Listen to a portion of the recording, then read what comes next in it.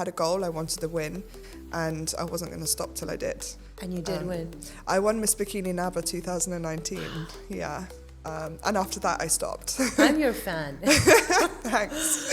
I would say conditioned me and trained me into being very independent, very self-critical, quite hard on myself, which I would say if it wasn't for my parents being that way, I wouldn't be the person I am today. I wouldn't have got the success I have. You're very humble. Oh, because thank you. I mean, I think, and also I think they feel mutually the same because you have kept their pride. So I feel that if we're not all pulling in, we don't get those results. If we are all able to communicate and give our absolute best, including the passion, the emotion that comes with it, because it's a living being, then the success is just unexplainable. I always say if the client's happy, the horse is happy, and vice versa. That makes me happy. Absolutely. It's so holistically rewarding. A lot of people see successful people living their best life, and actually they don't realise the graft that goes on behind the scenes. It is 24 hours a day, 7 days a week, especially in the beginning phases. It's not easy. It's just such an incredible story. You're such an angel.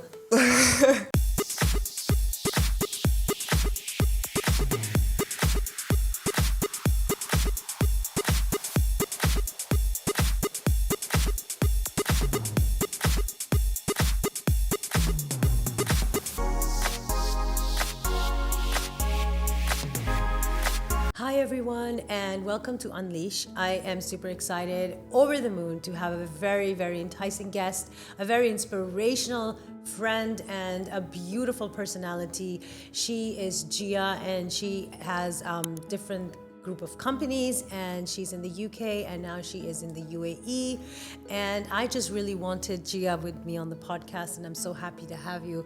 Hi GIA, how are you? Hi, I'm good, thank you. How are you? I'm all right. I'm so excited to have this podcast with you. Me too. Yes. So tell me, you are in the UK and now moving to the UAE and a businesswoman, beautiful like yourself. And, Thank you. And also in the clinic doctorate side of vets and animals. You're just tell me, how did your journey begin? Oh God, so I've been involved with horses since I was a child, thanks to my parents. Beautiful. I used to ride in pony club and compete. I'd actually did the nationals in the UK for show jumping. But I've always had a love for animals and I always wanted to work with them. So I went down the veterinary route just through medical interest. Really struggled in school actually. Academically it was tough. But I had this dream, this goal, and I just was determined to make it work. So I started, I actually worked in a practice for about 18 months, and I felt let down because there wasn't a huge amount of investment emotionally for me, and when you work with animals, there has to be emotion. Oh, yes. And passion. So I didn't get the time and the results that I wanted from the work I was doing. So I looked into alternative treatment, which revolved around physiotherapy, electrotherapy, hydrotherapy. Amazing. In mainly horses and dogs, specialising in those species. And I went to Nottingham Vet School where I found the course of my dreams. I absolutely loved it. And that's where I specialised. And from then, I basically completed my degree and set up a company straight away in the UK. So I now have a veterinary physiotherapy clinic in Oxfordshire in England. Alongside that, I then set up a dog grooming company, which I actually know nothing about dog grooming, but I have a fabulous dog groomer, main dog groomer in England, and we have a lovely canine teeth cleaner as well, so she does the dental work. Got an incredible team, and I must say a massive thanks to my mum, because my mother actually manages most of my companies in the UK. So she's incredible. What a beautiful support. Yeah, Yes. so my parents are great, and they've supported my move over here as well, so setting up here too.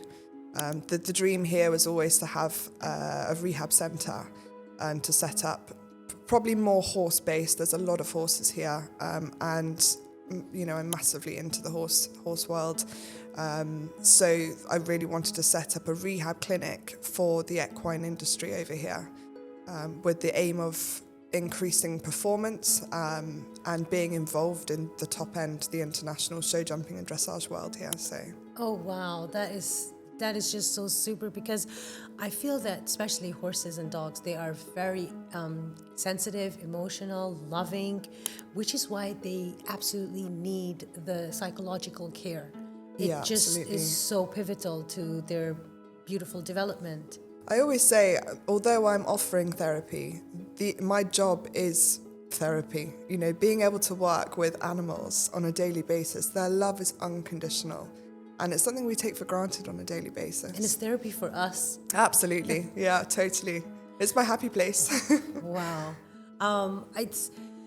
And also about the UAE, what inspired you to explore, and because it's the absolute beautiful place for your works. Yeah, definitely. I have been coming here for nearly 8 years, trying to slowly build a clientele. For me, one of the biggest things is the weather.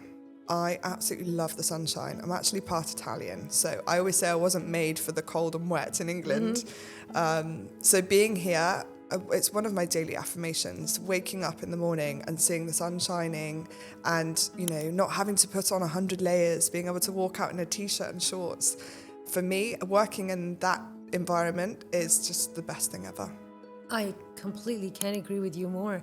And also with your fitness, is it something that you have a ritual? Because I think you're in the most beautiful fitness, regime, and just seeing you, just is it something that you also do? I just love it. Do you know what? I'm going to admit completely, I can't remember the last time I went to the gym. However, I did do bodybuilding in the past. There you go. I've got the muscle memory, and I think that my job is physical, but also riding helps to just keep on top of things. But I'm not disciplined enough, not as much as I should be. But I think the bodybuilding aspect really builds strengthening, especially women of our age. Definitely. I would say not just physically, I think mentally there's a lot of discipline involved in that industry and that hobby with regards to diet and training. So I think as a businesswoman, you have to have a mentality that enables you to achieve your goals. And bodybuilding, I would say, probably helped nurture me in that direction. I had a goal, I wanted to win, and I wasn't going to stop till I did. And you did win. I won Miss Bikini Naba 2019. Yeah. And after that, I stopped. I'm your fan. Thanks. How was that feeling? I mean, just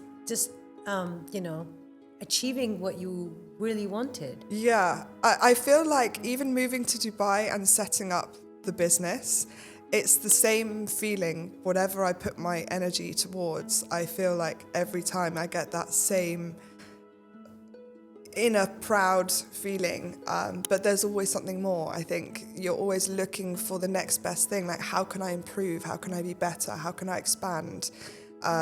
So whilst I massively appreciate the wins, and I do a lot of reflection on what I've achieved in my life, but I'm always looking for something new. Hence I came here to set up a vet clinic and to build a big clientele and be able to help people with their performance horses. I'm now looking into property over here because it's just another option, another avenue, and I know a lot of people have been successful in that industry over here. Absolutely. I think this is one of the most beautiful economic perks in the UAE, the massive development, and then how much of the property overall has developed. It's just unbelievable. It's forever expanding over here, isn't it? Right. And the options are never ending. But I think as well, it's getting tougher because the laws are changing with regards to mortgages and the DLD, and the options for property with new buildings going up all the time. For things like renovations, you have to choose very carefully. And obviously the price of property is going up as well. So. Yes. I know it's never coming down, and the other thing is that because you have a background in the property as well from your family concerns, it will really help you find a beautiful balance, because these two industries is just really amazing, especially with property. Me having a background as well into it, Yeah. and having lived here for over 15 years, the beautiful idea is the landscape and the infrastructure that they have developed that usually takes generations Yeah. to build. And just having this massive influx of people from outside and then attracting the investment, because it's a safe, a secure environment. Yeah, it's a good place to invest for sure. Yeah. Yeah, I think a lot more people are getting involved, and I've noticed from Europe especially, a lot of people are leaving Europe and coming to Dubai for that very reason. They want somewhere decent and a low risk as possible to invest their money. So I think this is definitely the place to be. Yes. I wanted to ask you something, Gia. For instance, like, how you won this competition and everything at an early age. I feel that it's in your muscle memory when you kind of develop that winning streak from a young starting stage in your life. It becomes a progressive pattern that kind of sets in so well, and it is kind of effortlessly that you can accomplish. Do you know what? I don't want to take credit for this, because I think a lot of it is to do with conditioning and how you're raised. If you are taught a certain way, and it's what you believe growing up, isn't it? My father, both my parents were very hard on me, but my father in particular, he's very successful. And I've always looked up to him. He's been inspirational to me. But he, I would say, conditioned me and trained me into being very independent, very self-critical, quite hard on myself, which I would say, if it wasn't for my parents being that way, I wouldn't be the person I am today. I wouldn't have got the success I have. And I certainly would probably be more happy with what I have got, instead of searching for further success and ventures. So I think I would definitely put a lot of the credit on my parents. You're very humble. Oh, because thank you. I mean, I think, and also I think they feel mutually the same, because you have kept their pride in a way that you have taken their legacy. Usually, in what we see is that this is really important, where sometimes your children don't have that interest to continue with you in your field of business, right? And that is so important. I do feel in some ways that I didn't take on my parents' field of interest. My dad actually deals in sports cars in the UK. He collects Ferraris for fun. Although I'm a massive car enthusiast and I'm in a very good place for it, I was never involved in any family business. I had a dream and a goal of my own, and nothing was going to stop me. And since then, obviously, it's progressed on from the veterinary side of things into the dog grooming as another option. Obviously, coming here and working more specialised in horses, and then going into the property side. My dad's always been very keen on me getting into property, so when I told him my idea, he was over the moon. Oh, that's the time to make him proud. Yes, yeah, and that's always been an aim in life. I've always wanted to make my parents proud and to hear them tell me as well. So yes, it means a lot. The whole idea is that they want to see you successful and loving you for what you choose to do. Yeah. And being there for you all the way. Yeah. It's been a journey for sure. I think I've had big fallouts with my parents along the way, maybe because they haven't agreed with some decisions I've made, but I had to learn that mistake for myself. But I will forever be grateful for them, everything they've done through my upbringing, and for being able to be the person I am today. I am proud to say that I am happy with the person I am and what I've achieved, and I would say a lot of it is down to them. So. Wow. Just such a beautiful moment what you have shared, and honestly I feel like you have a beautiful personality where you always recognize their hand in your success, and just that bond all the way. So I wanted to ask you, in terms of the veterinary, how do you feel when It's like, for instance, if there's a horse, or if they have some issue, and then with your mentoring and with your coaching, they're recovered. How is that feeling? How does it go, the journey? So I would say when I first started out I went straight from finishing university to setting up a business. Although I had a goal, I was actually very insecure and unsure of my ability. I didn't think I was smart enough, and I had a lot of experience to gain.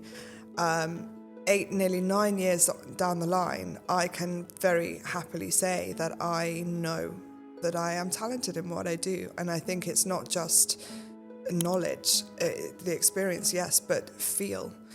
When you're working with physical therapy, physiotherapy, reading an animal, looking at their behavior, and they talk to us without words. And if we're not able to read their behavior and notice the signs, then we're not going to be able to tailor the best port of call for treatment.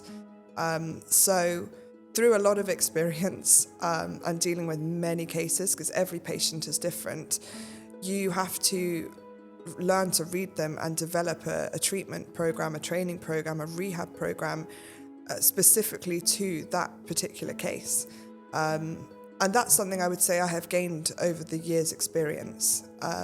When you get the results, which I'm normally not satisfied unless I have obviously the best results and a happy owner, I can only explain that it's a team effort. And this is what I say to my owners and vets and farriers with the horses, the dentists.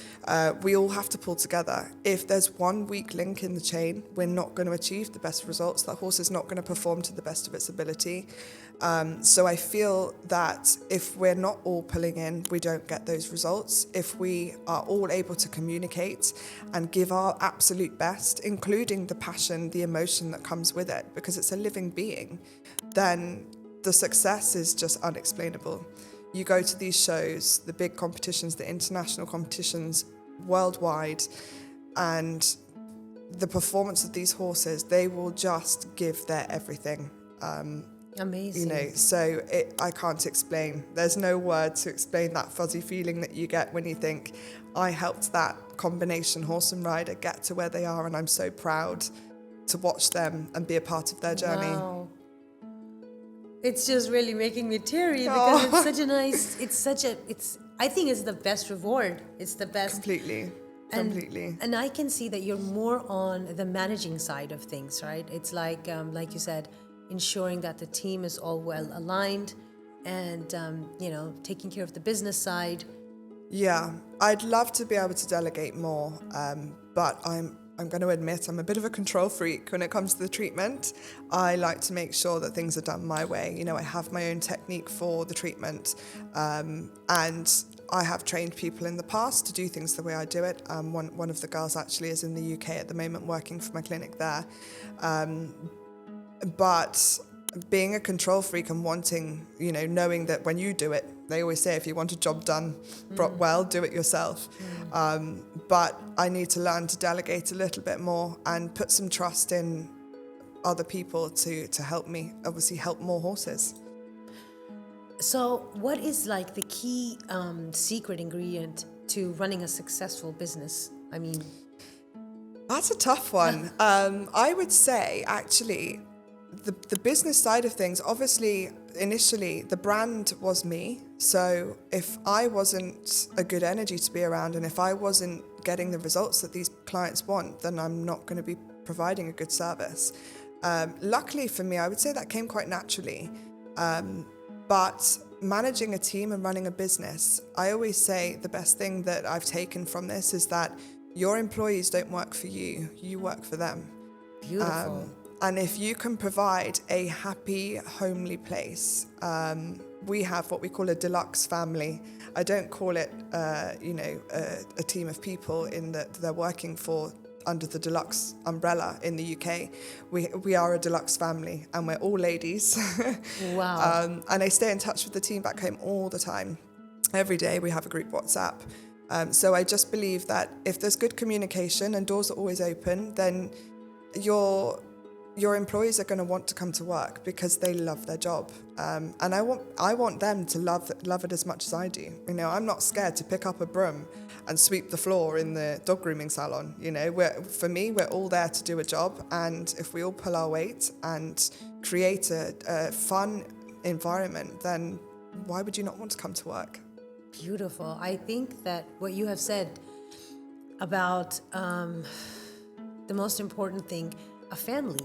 I mean, if you see that as the team as a family, and you know, you're equally invested in their you know, whatever's going on in their personal and in their everything, this is when, you know, they're going to be giving the optimum customer service as well, because they are taken care of.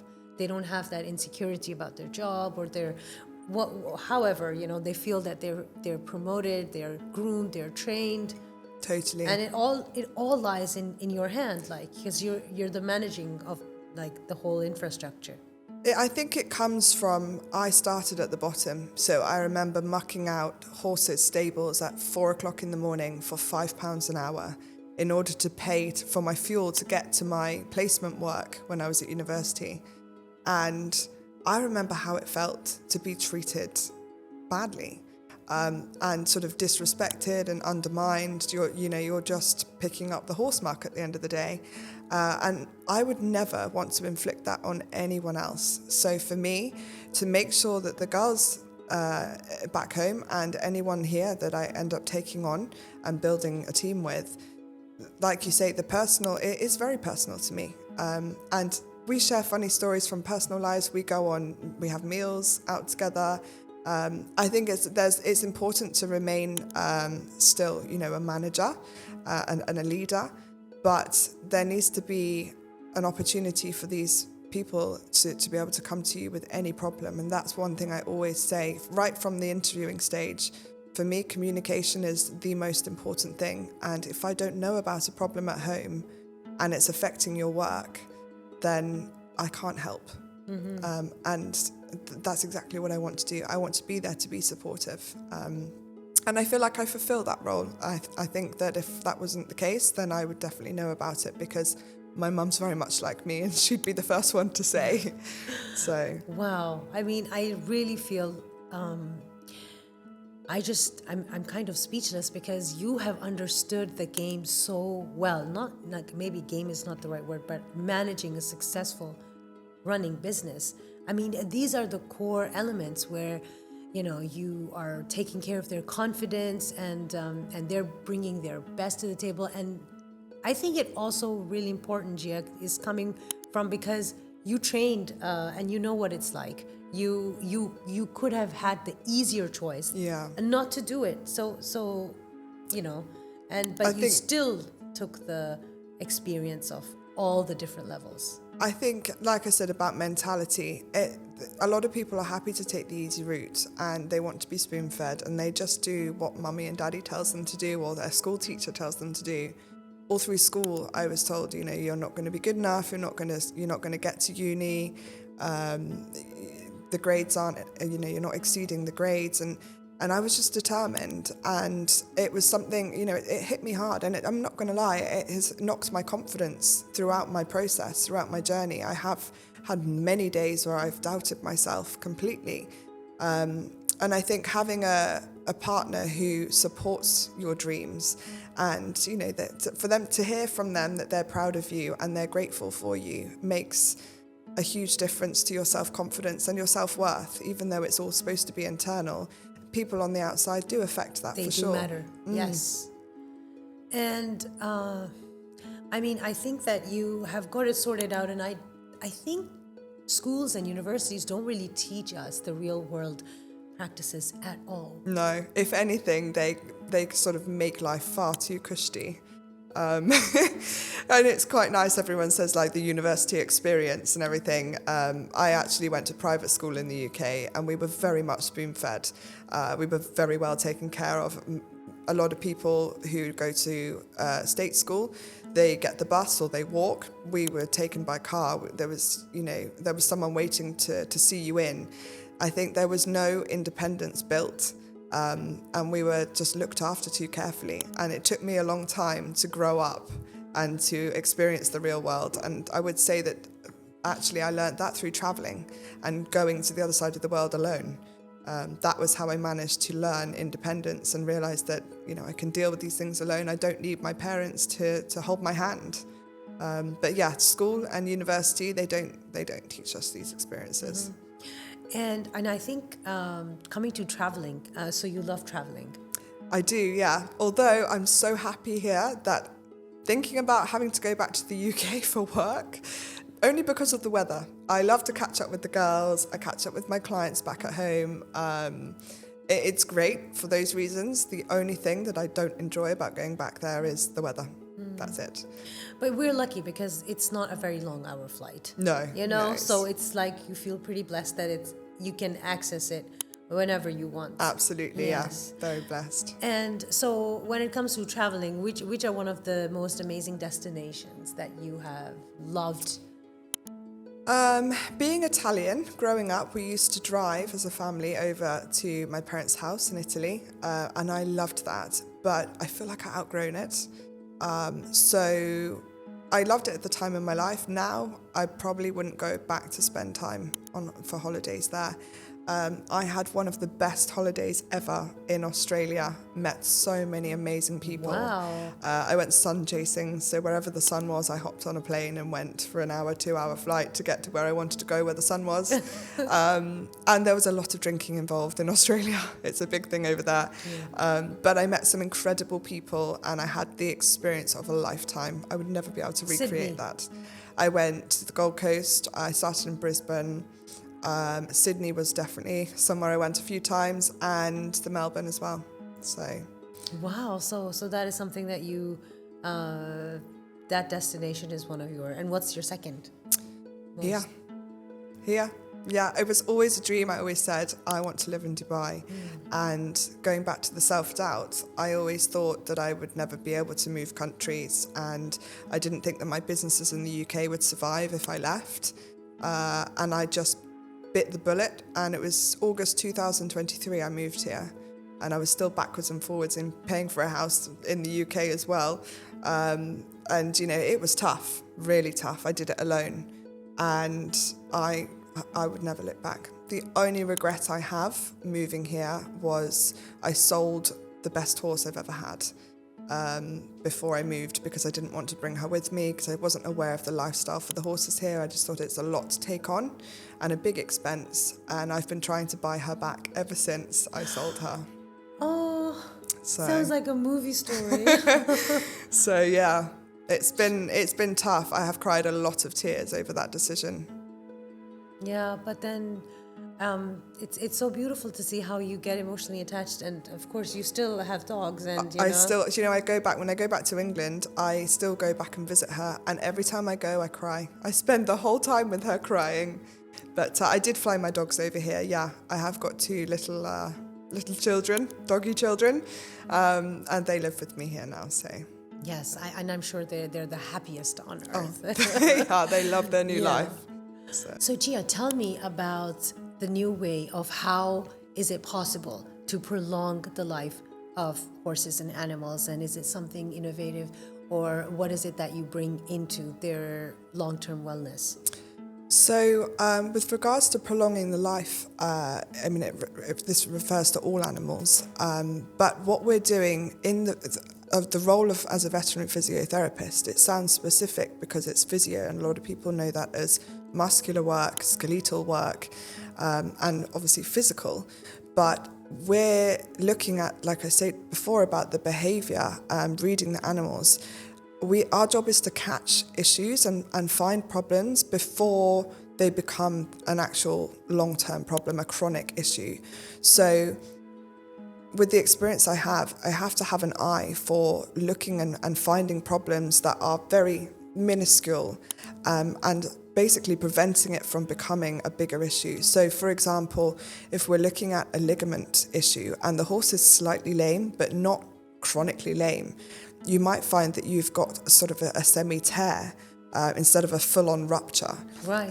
So if you can prolong the or reduce the inflammation of the area and treat the tendon as a semi-tear or even just a pulled or a sprained area, then you're going to prolong that horse's longevity and the performance, increase the performance, and also the speed at which the healing process occurs. Because with all the electrotherapy that we have to offer, we can speed up the healing process and obviously create a rehab program to get this horse or dog back up and running in a much shorter period of time. Amazing. So it's I would say it's more preventative, you're spotting the issues before they become a chronic problem. Right, and it's like your field is complementing the veterinary industry because Absolutely, yeah. And this is where I feel like we are up against it a little bit as alternative treatment, because sometimes I feel the vets think that we are taking work from them. And like I said before about the teamwork, we're complementing their work because we don't want every animal to have only one option to go for surgery or to have a steroid injection. If we can prevent that from having to occur by treating alternatively, so offering, for example, instead of injecting the back of a horse, we can offer a shockwave treatment. The healing time and the progression of that problem will be massively reduced. And then when the horse is older, you always have that option of surgery or the steroid injection or whatever it is that they're offering at a later date. So you go with the less invasive to begin with, and it's better for the animal. For the long term, it's so much better for them. Absolutely, and I think it's something that there should be more awareness, because I think these kind of innovative practices and wellness treatments are not so also for the clients, and I think you have very happy clients, I'd like to think so, yeah.